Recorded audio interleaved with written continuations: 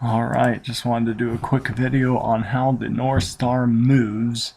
You've probably heard it said that the North Star is like the center star of the sky, or it never moves or something, but I want to show it does actually move, and that is something to take into consideration if you're trying to measure time, or there are sundials out there that sight in on the North Star, so you need to be aware that it does move, and potentially, and depending on how big your sundial is, if it's really small, these little movements could potentially make a difference. So I'm not going to go into a whole lot of depth about that in this video. I'm just going to show you how it moves, and if you have questions, just ask in the comments below and we'll kind of get into it.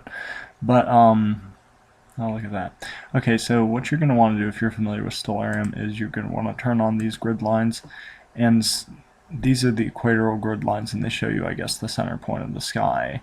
But if you speed up the clock, you'll notice Polaris is not in that center point. It's going around the center point.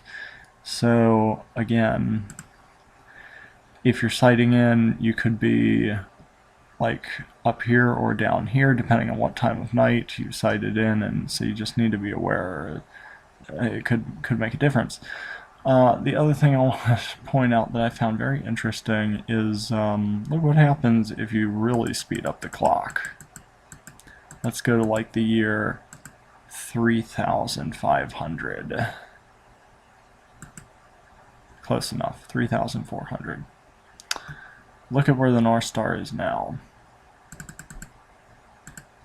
Look how big, how far it is from the center.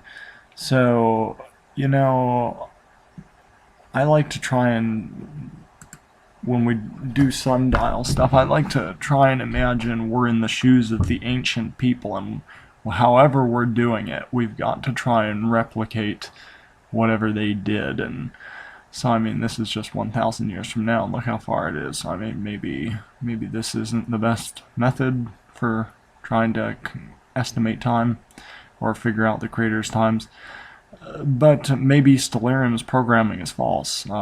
Anyway, if someone understands why Polaris is out here 1,500 years from now and wants to take a shot at explaining that, I'm open to hear that theory. I've heard a lot about, well,